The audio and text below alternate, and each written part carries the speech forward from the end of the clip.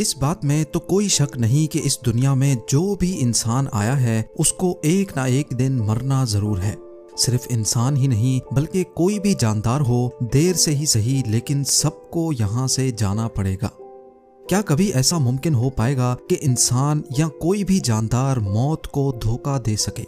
क्या कभी साइंस इतनी तरक्की कर पाएगी कि मरे हुए इंसान को दोबारा जिंदा कर सके या फिर उसको कभी ना मरने वाला इमॉर्टल बना दे?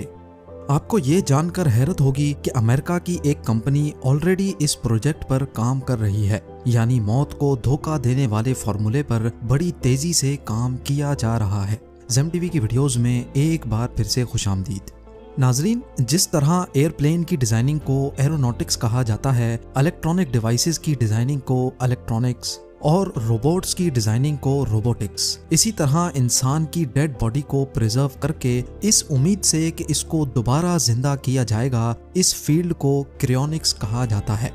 एक्सपर्ट्स काफ़ी पुरउम्मीद हैं कि आने वाले 50 या 70 सालों के बाद मेडिकल साइंस इतनी तरक्की कर लेगी कि वो इंसान को मरने से रोक सके या फिर मरे हुए इंसान को वापस जिंदा भी कर पाए। इसी वजह से जिन लोगों को मरने के बाद वापस इसी दुनिया में जिंदा होने का शौक है और वो मेडिकल साइंस पे इतना भरोसा भी रखते हैं, उनके लिए स्कॉट्सडेल एरिजोना में एल्कोर नामी कंपनी का हेड ऑफिस मौजूद है।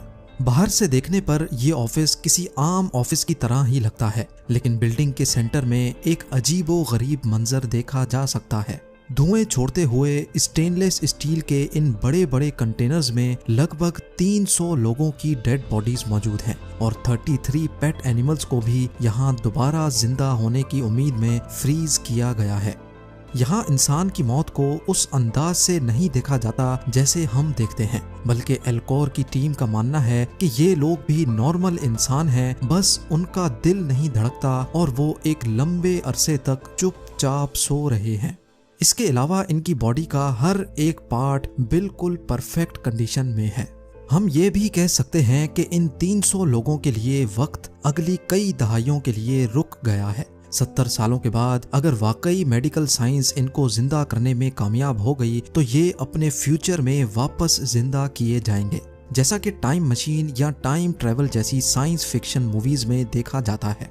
इन कंटेनर्स के अंदर इतनी शदीद ठंडक है जितनी दुनिया के सबसे ठंडे इलाके एंटार्क्टिका में भी नहीं होती। लिक्विड नाइट्रोजन से भरे हुए इन कंटेनर्स के अंदर का टेम्परेचर हैरत अंगेज तौर पे -196 डिग्री सेल्सियस होता है, जिसको कंप्यूटर की मदद से 24/7 कंट्रोल किया जाता है और पावर आउटेज की सूरत में बैकअप जनरेटर्स भी मौजूद हैं। एक बड़े कंटेनर में 4 फुल बॉडी पेशेंट्स और 5 न्यूरो पेशेंट्स यानी सिर्फ उनके सर मौजूद हैं। जी हाँ, ये छोटा कंटेनर सिर्फ इंसान के सर और चेहरे को फ्रीज करने के लिए बनाया गया है। 300 में से 116 पेशेंट्स ने सिर्फ अपने सर फ्रीज करवाए हैं, जिसमें उनका ब्रेन और उसमें मौजूद तमाम मेमोरीज और डाटा 100% सेफ है।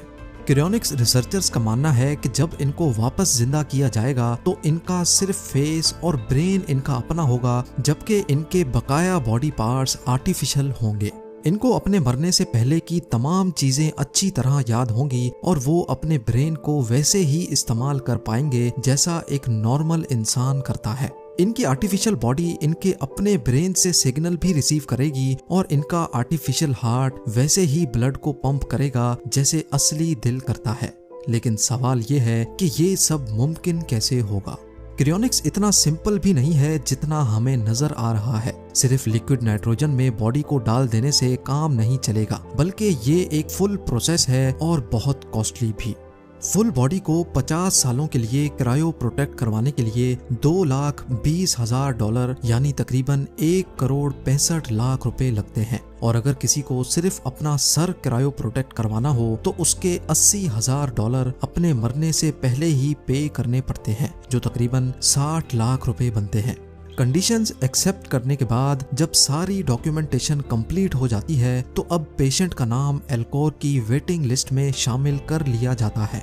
वेटिंग लिस्ट का मतलब होता है कि एल्कोर के डॉक्टर्स की टीम अब पेशेंट के मरने का इंतजार करने लगती है। जी हाँ, डॉक्टर्स की एक रिमोट टीम जो 24 घंटे ऑन कॉल रहती है। जैसे ही उनको खबर मिलती है कि पेशेंट मरने वाला है तो वो फौरन हॉस्पिटल पहुंचकर अपने खास इंतजामात करना शुरू कर देती है। पेशेंट के मरने के फौरन बाद उसको 1 घंटे के अंदर अंदर एल्कोर की फैसिलिटी में लाया जाता है और उसकी बॉडी पर क्रायो प्रोटेक्शन का प्रोसेस स्टार्ट कर दिया जाता है।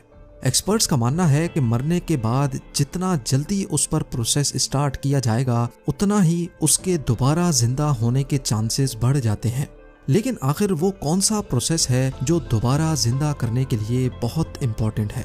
मरने के बाद इंसान का दिल बंद हो जाता है और इसके साथ ही ब्लड का फ्लो भी वेन्स में रुक जाता है।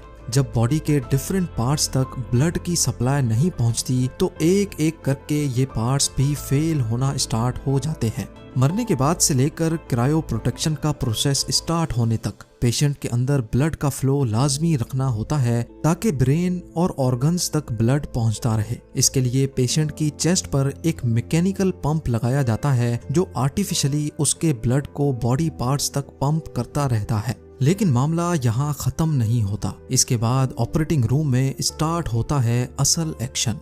यहाँ पेशेंट की बॉडी में से सारा खून एक पंप की मदद से निकाल लिया जाता है और उस खून की जगह एक खास केमिकल वापस बॉडी में डाल दिया जाता है।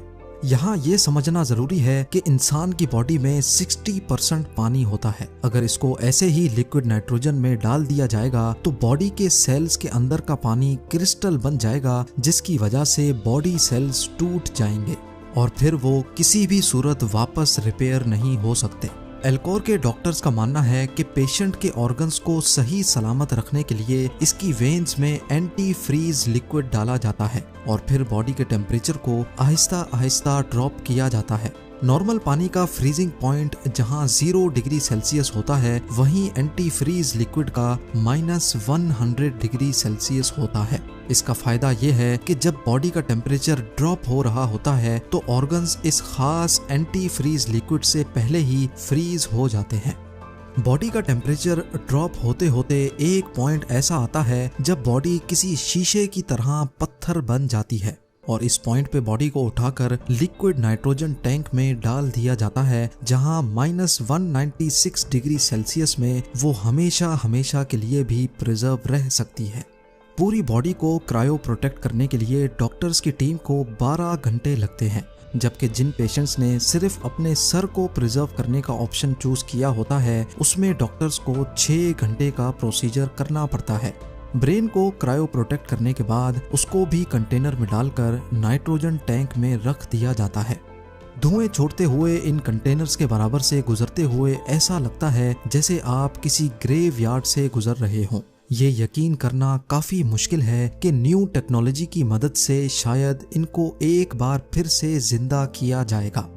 हर कंटेनर के बाहर इनके अंदर मौजूद पेशेंट्स की फोटो भी लगाई जाती हैं और उनकी फैमिली रेगुलर इनको विजिट भी कर सकती है। इन्हीं पेशेंट्स में कैलिफोर्निया से ताल्लुक रखने वाली अनीता रिस्किन भी हैं।